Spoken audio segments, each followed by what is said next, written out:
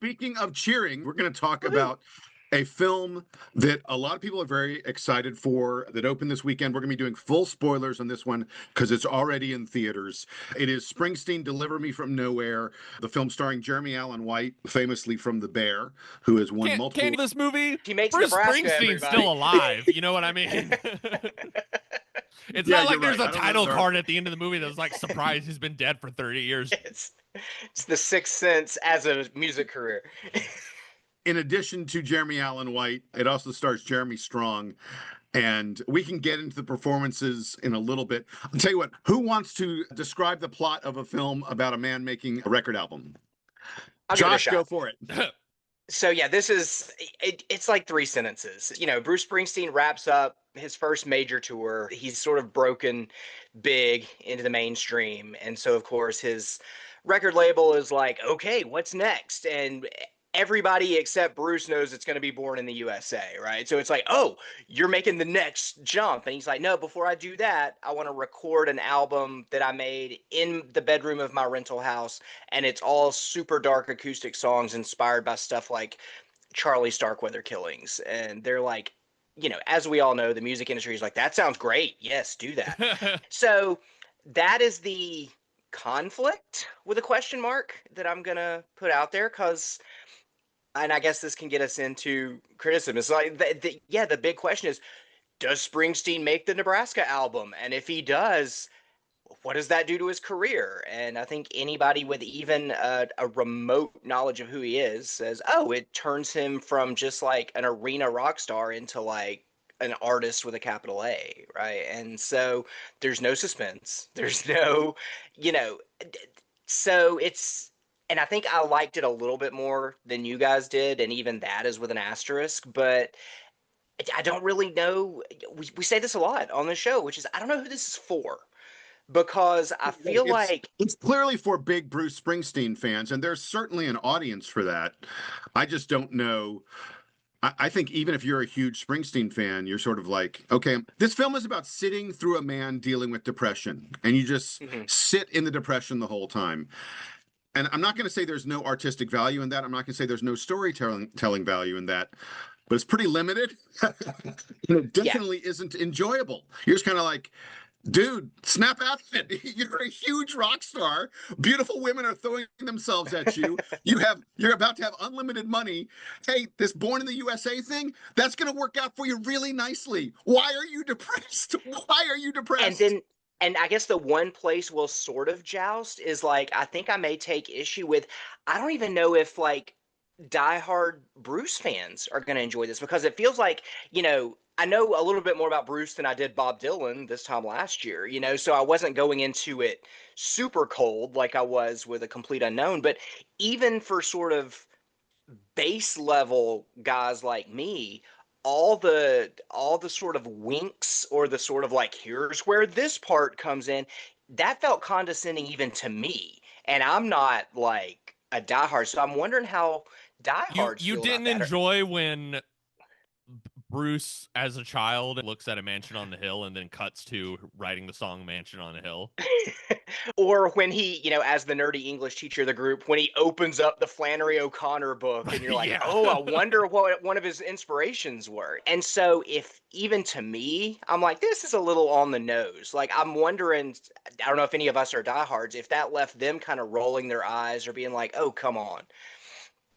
I wouldn't say I'm a diehard. Well, I definitely wouldn't say that, because there's people in my family who are diehards. Shout out my sister-in-law Megan. I have no idea if you listen to this fucking thing or not.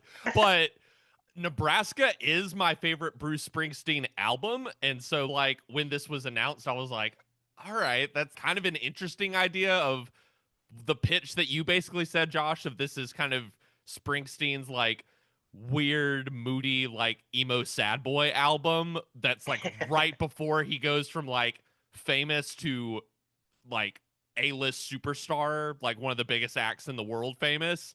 And it's based off of a book that I haven't read, but everyone I know who's read it has said it's like really good. That's about the making of this album.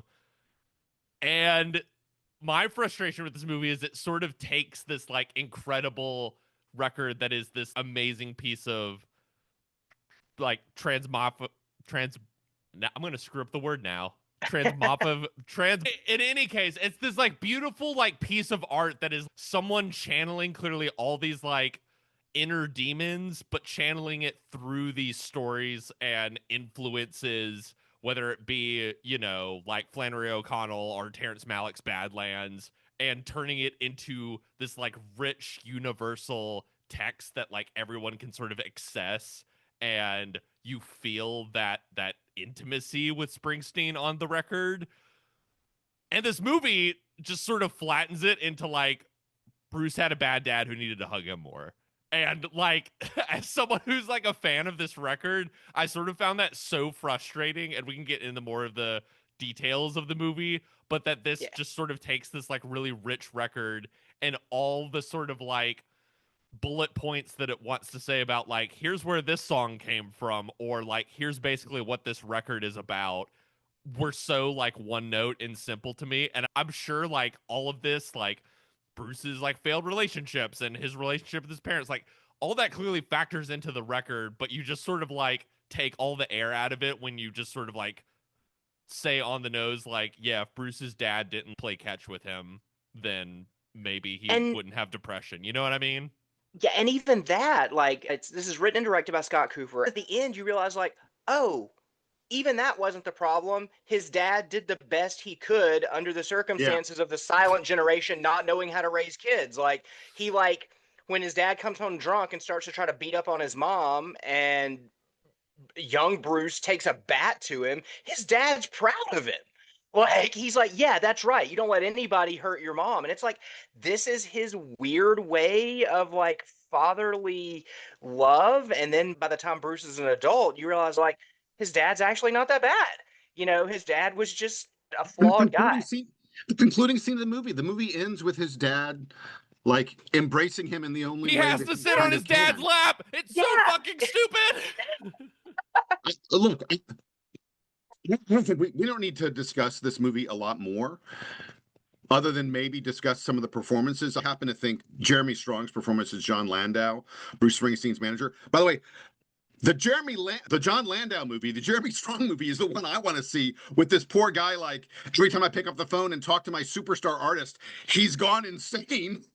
I don't know that I necessarily want to watch a movie about a manager, but I definitely agree with you that their relationship is the most interesting thing in the movie. A lot of this really is just Jeremy Allen White, who I do think is good in the movie, or is an inspired piece of casting, even though I don't think he gets much to do. This isn't the same thing as the Timothée Chalamet performance from last year as Bob Dylan, where you're like, oh, okay, I didn't know you had this in you as well. Like, there's like a couple scenes of Allen performing as Springsteen, and you're like, I buy it, but most of it is just him like in a room by himself looking out the window being sad.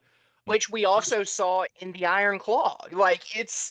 And the bear, it's his go-to mode at this point. But he does. We've seen the bear. He's super talented. Everyone around him respects him. Unbelievably successful, and yet really, really sad. Yeah, and on that note, I'm not selling my stock in him, but I wish he was just then more to do in this movie, because he really is such a talented actor. The flip side of that for me is with Jeremy Strong, because he's played so many sort of volatile, short-tempered, egomaniacal kind of psychos in TV and movies, it was nice to see him play like a genuinely good dude. And so it's just like, I was like, oh, he's got Bruce. He's like, his character's like, I'm supporting Bruce. This may sound crazy. Like, I'll talk to my wife about how insane this is, but I'm supporting Bruce. And it really, I think, you know, this was supposedly an awards contender, and we can kind of wrap up the conversation pretty soon. I guess there's a possibility Jeremy Allen White gets in there someplace, maybe, but I Jeremy Strong. I think Jeremy Strong is the real possibility, the real awards possibility from this film. I wish there'd been more of his character. I wish there'd been more of his interactions with Bruce. Like you said, Jesse, I don't know, a movie about a manager. And I just think Hollywood just isn't, like, the music biopic to me isn't working these days. What was it ever? I don't know. I think along those lines, you know, we kind of talked off mic through chat about this. It dawned on me that Walk Hard is almost 20 years old now. Like, it was 2007 is when Walk Hard came out.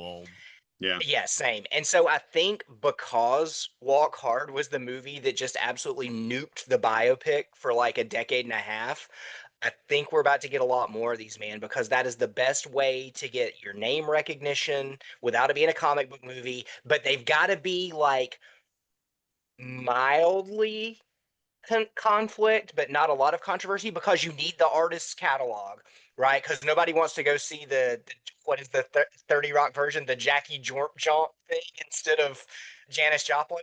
So I think this is our new version of franchise movies, guys. Like, I don't like it, but I think we're about to see a lot of very bland, inoffensive artist biopics again. I'll tell you Jason the- kind of indicated this is a weird, neither fish nor fowl version of that. There is one scene in the opening. The movie opens with him doing Born to Run at a concert, and then one scene in the studio of him doing Born in the USA that feels like, all right, we got to give something for the people who just wanted to come here and like listen to him sing Bruce Springsteen music.